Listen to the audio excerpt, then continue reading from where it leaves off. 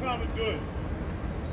I'm here to represent our members and embody the heart and soul of New York, like all these brothers and sisters that are here this morning. I'm here because they make our city great. And they all working people deserve a fair fighting opportunity and a chance to not only work in the city, but to live in the city. And unless we build affordable housing, that just doesn't happen. There's been a lot of chat and talk and concern about how hard it is to create affordable housing in New York City. The solution to our crisis remains straightforward and I believe pretty simple. The simple fact is we must build as many affordable housing units as we can and create a new opportunity for good family-sustaining jobs in this city that offer New Yorkers, working New Yorkers, a chance in the middle class. That's why today, ahead of the City Council hearing, this morning we stand firmly in support of Innovation Queens.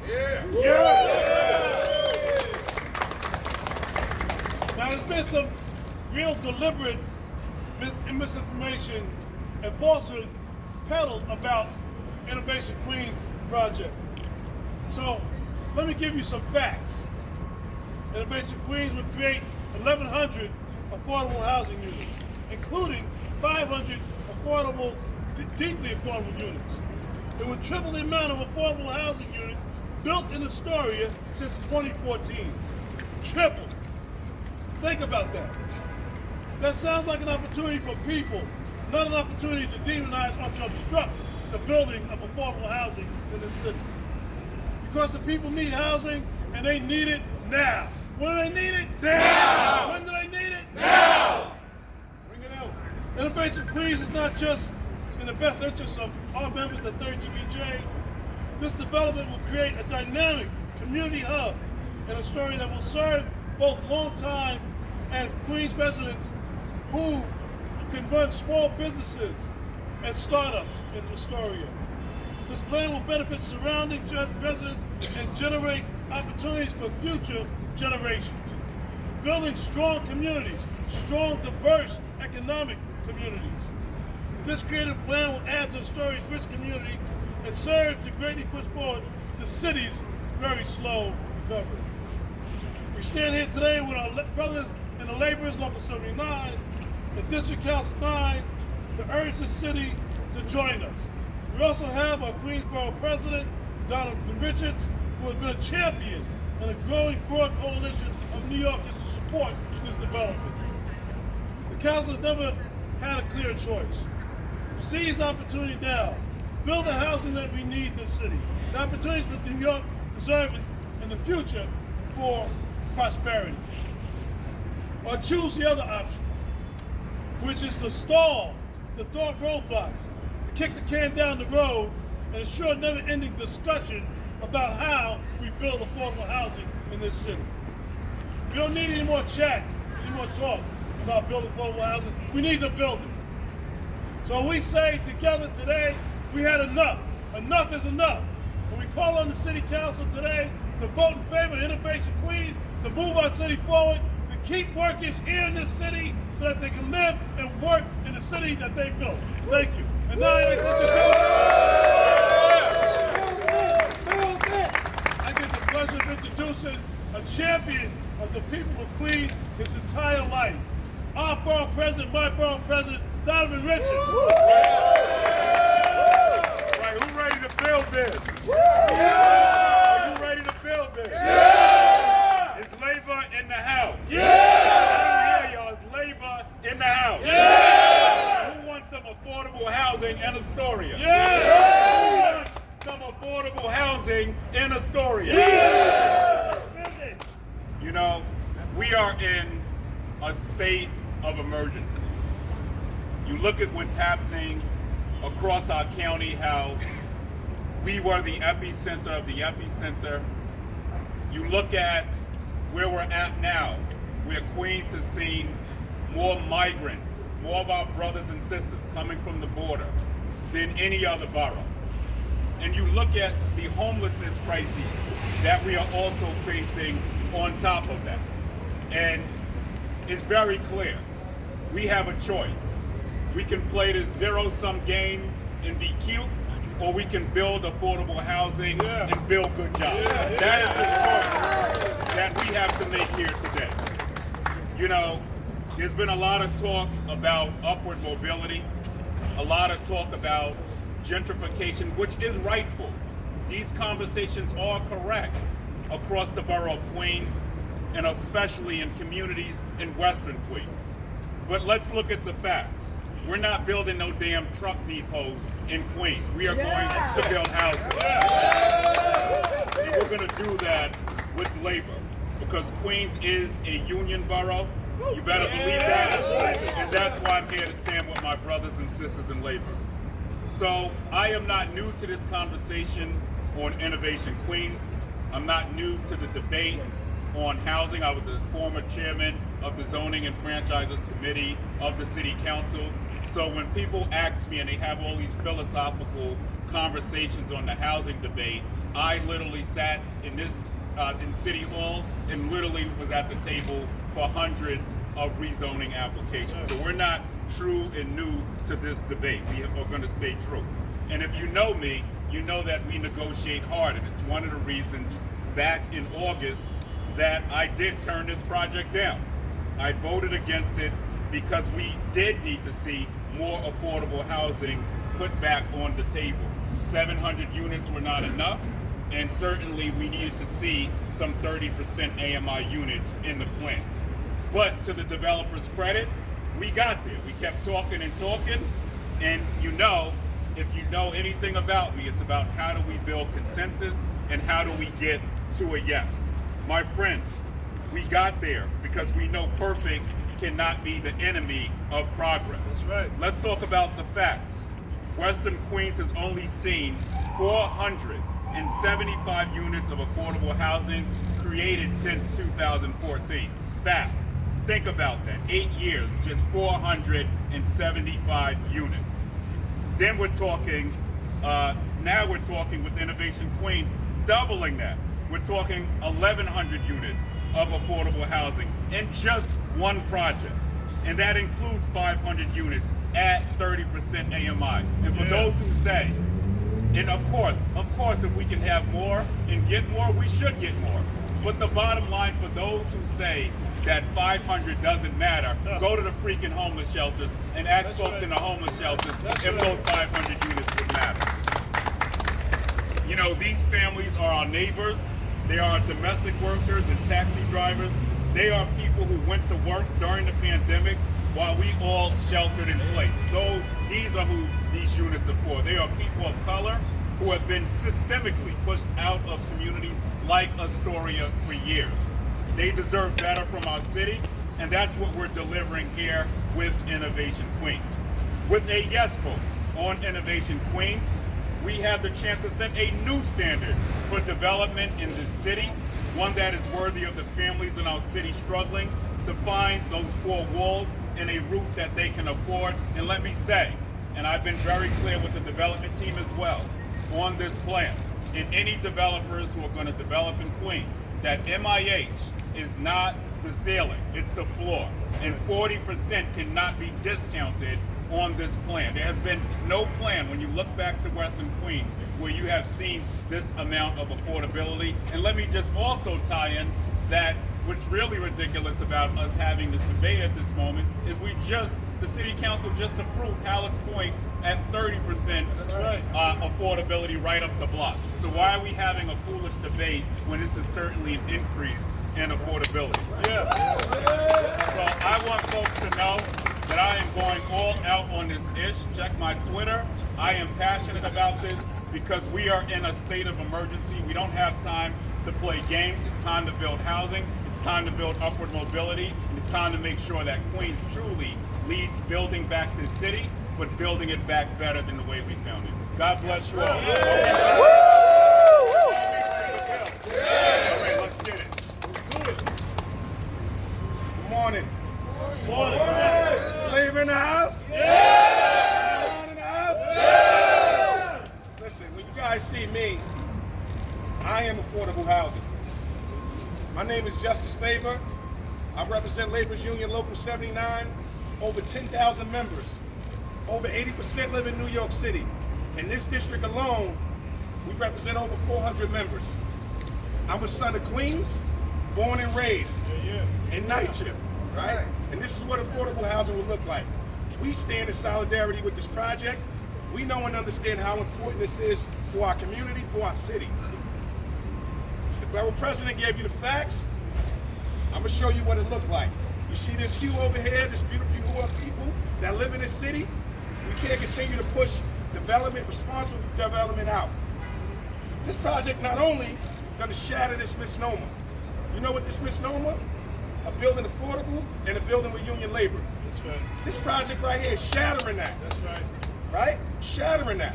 Showing that it can be done responsibly. Right? We have affordable housing, we have a livable wage that's being made, and we're not displacing people. Thank you for your time.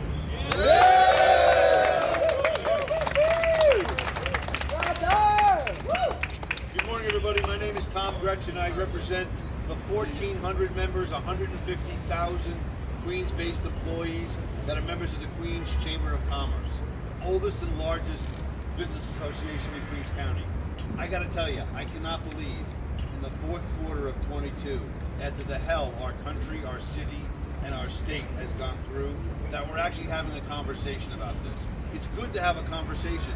The time for talk is over. The time to build is now. 1,100 units in a city where there's an estimated need for over 400,000 units. This is a mere drop in the bucket, but it is significant. And all I want to say is I give props to the development team, the folks at Kaufman Astoria, Silverstein, Bedrock, especially the folks from Kaufman Astoria. They've been great neighbors and friends to this borough for many, many years. They're doing all the right things, and we've got to support this project.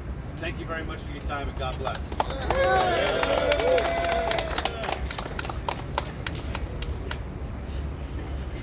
Good morning. And thank you for the opportunity to testify. My name is Robert Wynn. I am a proud Laborers Local 79 member. I live in Woodside Houses where I am actively involved in the community. I am here to express my support for Innovation Queens project, which will bring thousands of construction jobs with good wages and health benefits to support workers and their families. Local 79 wages and benefits financially maintained my household for my entire career and gave us quality health care. These wages and benefits allowed me to retire with dignity and still help carry my family when needed. My wife and I raised 5 children in Woodside Houses. We raised our children to become independent as they grew up and began looking for their own jobs and apartments. It became more of a struggle than we thought.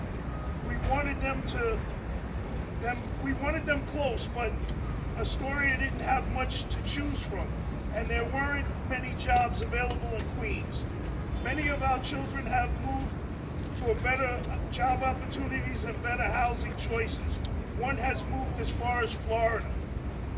When I heard that of Innovation Queens, I was excited about the union jobs it would bring, as well as the affordable units. It's actually the most I've seen in one project. My neighbors and I began spreading the word in our community. This project is a silver lining for many young people and families I know. My children deserve the same opportunity that I did for a union career. It's time to approve a project with real local hire and labor standards for Astoria. Thank you very much, everybody.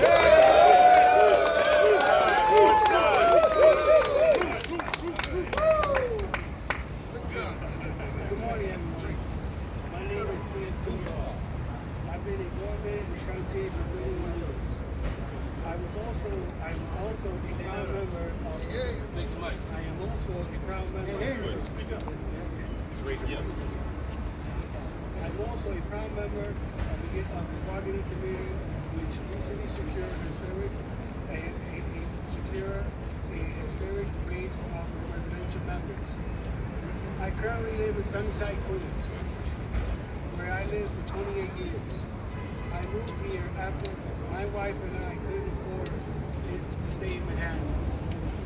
Over the past few decades, I watched my union brothers and sisters have also had to move further and further away from the neighborhood they work. Many of my fellow union members grew up and have worked in the city and their entire life and couldn't promise their children the same, be able to do the same. Queens used to be an affordable place to live for the working families. However, we see it go through the same process as Manhattan. One of my closest friends in Astoria who have lived years for years because new owners moved in and jacked up rent. I know so many families who have done the same, transforming their lives because landlords moved. Because of the lack of consideration for the living conditions of the working people, my kids don't see a future in Queens. My son now lives in New Jersey. After attending college there, he's ready to buy a home, a house, which only ever be a fantasy in this city. We need solutions, and we need solutions now. Because working families, New Yorkers, are getting pushed out in every borough. Innovation Queens offer a great solutions to our growing crisis. It's also create more polarizing wages jobs, which we are rare even in this town. The plan for 15 affordable units will give budget and working families like me an opportunity to stay in Queens and create strong jobs and give economic security to residents for the years to come. Queens residents like me deserve this and more. We need our elected officials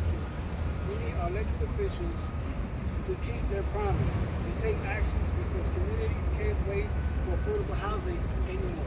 Thank you. Great job. So I said earlier, we have many stakeholders and community leaders and activists here in support of Innovation Queens. And I'd like to bring to the podium now one of those great leaders and activists, Bishop Mitchell Taylor. Good morning, everyone. Good morning. Good morning, everyone. Good morning. How many folks need affordable housing? Yeah. Listen, I'm Bishop Mitchell G. Taylor. I grew up in Queensbridge. I have a PhD. That's a public housing degree. Yeah. That means that I can at least count from 1 to 10. And in this project, Innovation Queens, 4 out of 10 of the apartments will be affordable. That's right. That means 6 will not, 4 will be. That's right. Now with the 4 affordable, there's a lot of amenities that the community is going to realize. Not only nonprofit support services, but retail development, a blighted area that's going to be renovated, a renaissance coming to Astoria that is much needed. Now, please, let's stop the rhetoric about no outreach being done. Thousands of people have filled out support Innovation Queens cards. right. Why? Because they can count from 1 to 10. right. 6 are market rate and 4 are affordable. I think those are good numbers, especially given the fact that there are going to be hundreds of jobs. I've got people here from Queensbridge, minority contractors, that are already lining up their businesses to work on this project. This project will change lives for generations. All these workers behind me, all the people that you'll see. Now listen, you're gonna have a lot of opposition saying, oh, we're gonna be pushed out of our apartments. I've never heard this in my life. 38 years ago, when I got married, me and my wife, you see what my complexion is, I'm lighter skinned. My wife is about Donovan's complexion. I would go to the apartment first in Astoria and say, we want an apartment. In some cases, I put down a deposit and the apartment was available. When I said I'm gonna go back and get my wife and bring her to see the apartment, all of a sudden, the apartment was unavailable. Exactly. Tell the truth. And let me share Tell the something with you. truth. Tell the truth. The only way I was able to get an apartment in Astoria, I had to buy it. Okay? So Tell the in truth. 1987, check the records, everybody's checking. I bought my first house in Long Island City, 87 or 88. Don't hold me to it, okay? But that's how I got my apartment. Now watch this. 1,100 apartments are going to be made available for folks that look like us in Astoria. Yeah. I mean, how can we fight against that? I don't understand how we can fight against that. We've done a great job in bringing this to this place, and I pray that those powers that be, let's come to the table, let's reason together. This is a great project. We don't have to fight about this. No one's going to be pushed out of their apartments. That's nonsense. Nonsense. Who ever heard of a building being built and then all of a sudden you get pushed out of your apartment? That's nonsense. That doesn't happen. Please don't buy into that narrative. All right, I talked enough. Yeah, listen, all these cards, 5,000 cards, thousands of cards, but no outreach. Thousands of cards, but no outreach. Thousands of people, but no outreach. People are here today, but no outreach.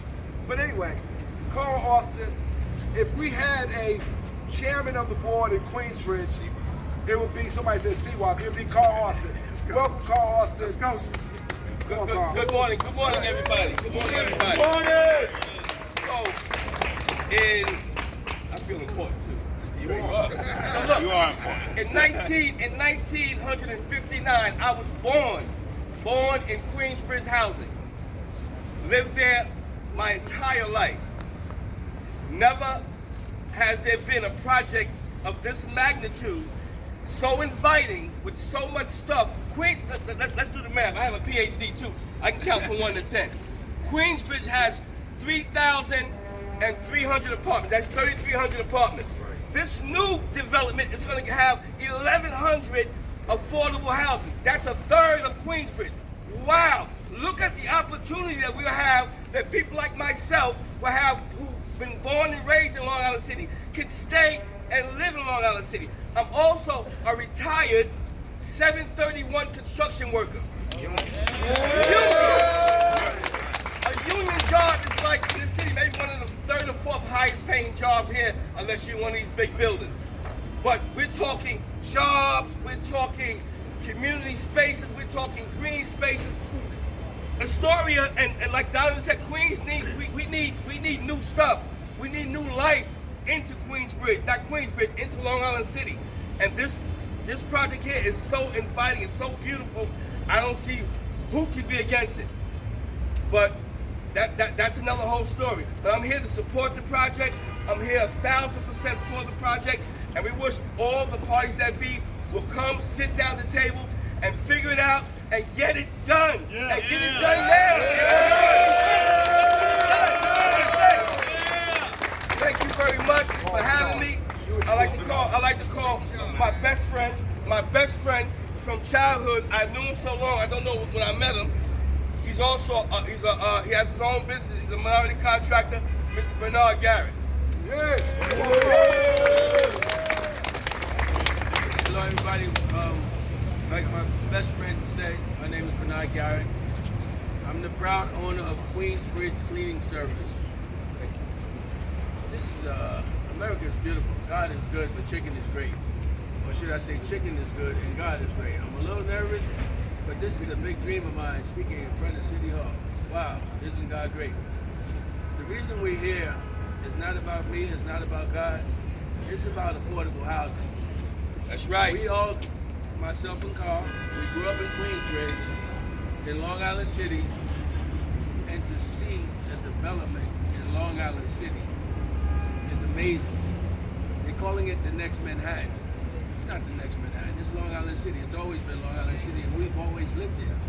So to see the development that's going on in Long Island City is amazing. But the sad part about it is that we grew up in that neighborhood and we can't afford to live there. That's right. That's right. The sad thing about it is that when we try to get jobs in the neighborhood, sometimes we aren't allowed to get these good jobs to pay good money. But as time progresses, we've grown. We're able to get in some of these big jobs. In fact, I cleaned a couple of them in Long Island City, worked with some big major developers, And for us to be able to get in an opportunity on the ground floor is unheard of in the corporate world, especially in construction. Yes. Being right. a minority. Yes. You know, when these companies come to our neighborhood, a lot of times we aren't given the privilege to even work on the job that's paying the type of money that there is to be made on construction. And for me, there's something wrong with that picture. It's just not right. So for a developer to come in our city and have the ground floor, us introduced to the ground floor so we can be a part of the development process. We can work, we can put people to work. In 2016 to 17, there was a big developer that came in Astoria housing. We were able to put people to work on those jobs. In fact, we went to a community board meeting and the new sheriff in town, what do you call it? The new what do you call the guy, the biggest cop in the field? Anyway, it was a new commission. Somebody that high important came to the community board meeting and was raving about crime going down in the city. Well, let me tell you, Queensbridge clearly had 15 people of that crime, and if you put all of the time that these guys spent in jail together, it was over 100 years. 100 years of incarceration that these guys are working now. You know, they're talking about the crime and insanity. You know, you can go insane just by not having no work. You know, there's a mental health issue going on in the city too, and I had to find that out the hard way because I live with one. But there's nothing wrong with her. The stress and the aggravation that goes along with not having no money can make somebody go crazy. Now, there's not a lot of robbery going on, but people are just sick. And getting back to the 16 people that were working and the crime going down, when you finish working construction job, your butt is going home, going to sleep. You don't have time to snatch no pocketbooks. You don't have time to beat up nobody. You don't have time to punch nobody in the face and all the things that's going on as well. But last but not least, I wanted to let you know that I also have a PhD. I was both hungry and dirty, but not no more. Thank you. Thank you. Listen. I want to thank Bernard Garrett. I want to thank Carl Austin. I want to thank Carl Bragg, 32BJ. Let's give it up for Carl. right. Yeah. We'll give it up for our girl President Donovan Richards. Yeah. Carl Bragg from the Queens Chamber of Justice. Recognize.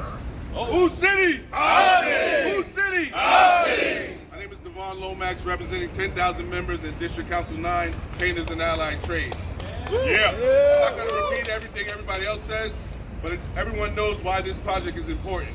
We're coming out of a pandemic. Many of us got laid off during that time. But many of us built those shelters. Many of us built those temporary hospitals. So we deserve to build this project. That's right. We deserve to build affordable housing. This is labor. You know, everybody has a lot to say about the labor movement. Labor's been on the decline. Well, we're here to call them out. We're here to call our city council, to tell them to vote yes on this project, to put our members to work, and to gain new opportunities for people in the community. Apprenticeship programs. That's right. Things that put people to work. That's we right. talk about mental health. Here's a way where we can get out of that. Here's a way where we can put people to work, create careers in construction, and build up the labor movement. So we're here to say yes to this project, and we're going to be inside voicing our opinions and telling them how it is. Thank you. One last person from Astoria, Ms. Claudia Koga, the former president of Astoria Houses, is here to speak on today. Good morning to everybody. My name is Claudia Coker, and I'm a long-time resident of Astoria Houses. Approximately 68 years I've lived in Astoria Houses. I came there as an adult. So you can do the math. No PhD. And I stand here before you. I've seen the good, the bad, and the ugly in Astoria, Long Island City areas. When it came down to where you could live, or where you could go to school, or where our children could cross the line to even walk in the areas of Astoria. That's right. We couldn't cross 21st Street.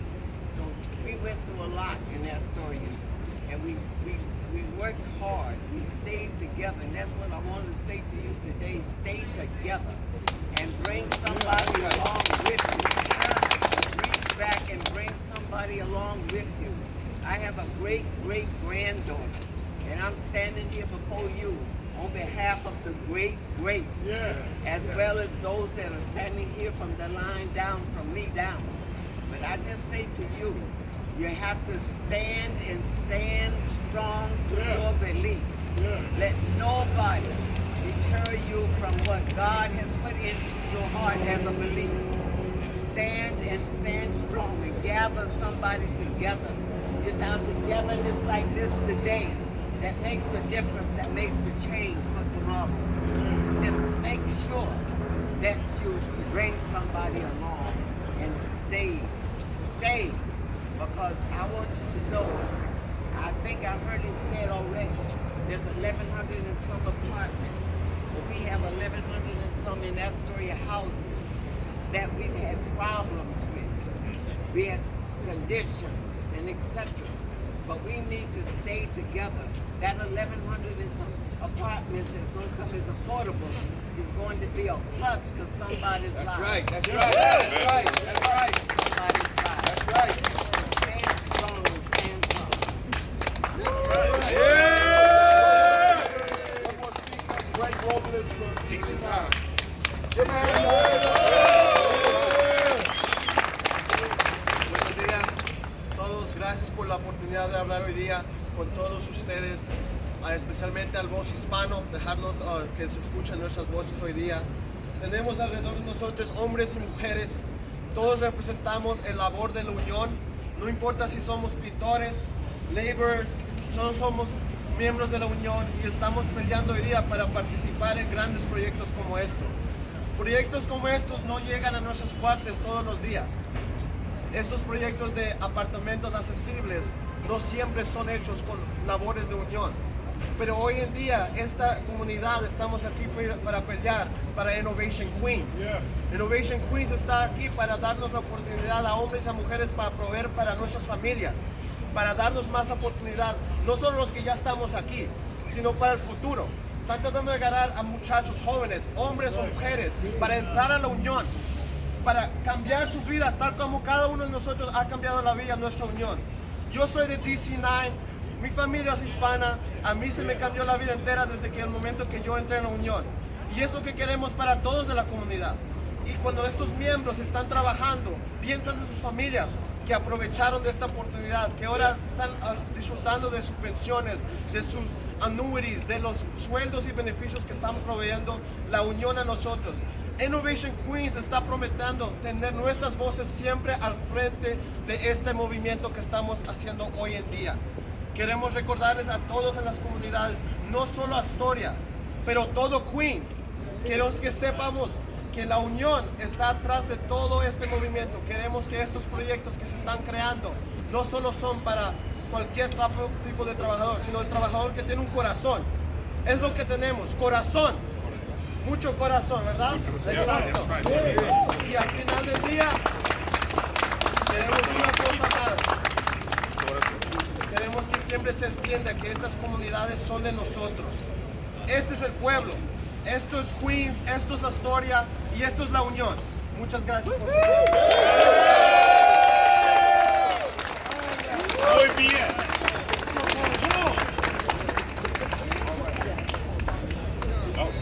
All right, well listen. Any questions, Kyle? Any questions for us here? Yes. Question for Queensboro President Donovan Richards. So earlier this year, you initially opposed this project, and it seems like you changed your stance to support this Innovation Queens project. Why the change in your stance now? Because okay. So the change in my stance was they were not offering at the initial onset of this project, they were not offering any units at 30% AMI. And if you know about 30% AMI, that's folks we can get into these units from shelter, from public housing, so people earning less than, a family of four earning less than $30,000 a year. So those 500 units got me there. On the initial onset as well, we were at 700 affordable units. We now are at over 1,100. That's right. So that's right. The condition. And I drive a hard bargain. That's right. When developers come to sit at Donovan Richards' table, and I went and I said this, and I've been clear in sending this message. Any developer that wants to do business in Queens has to not just come in and do the basics of mandatory inclusionary housing. They're going to have to ensure that, yes, even as our folks can build it, that they can live in it. That's right.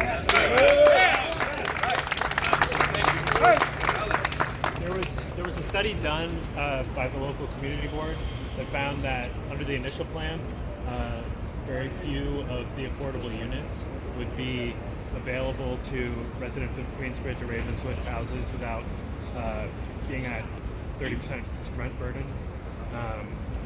Is there any concern with that? 500 units at 30% AMI, and for those who don't understand housing, you can go to the Rockaways and you will see people where I shepherded in 10,000 units of affordable housing. At 30% AMI, we have families moving in from public housing. So 30% absolutely does. And people also like to believe that folks in public housing don't work and make money as well. There are families in public housing who earn $50,000 a year. They may want to stay in public housing, but if given another opportunity for better quality apartments, they also can have the opportunity. In the Rockaways, we have people who make six figures who live in some public housing developments. So one of the things I often like to caution around this debate is that people of color work too.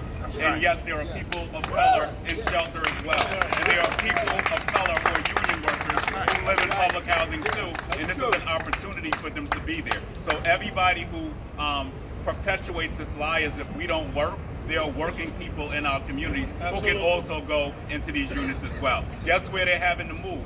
Down south, because there's not enough opportunities for them to have housing here. So yes, we work too.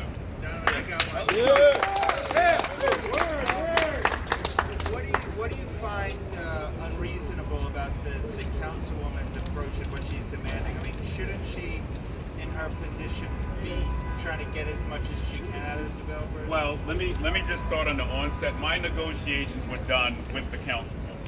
So let me just put that out. We work in tandem on this project, and I do appreciate the councilwoman wanting to push for more, and she absolutely should.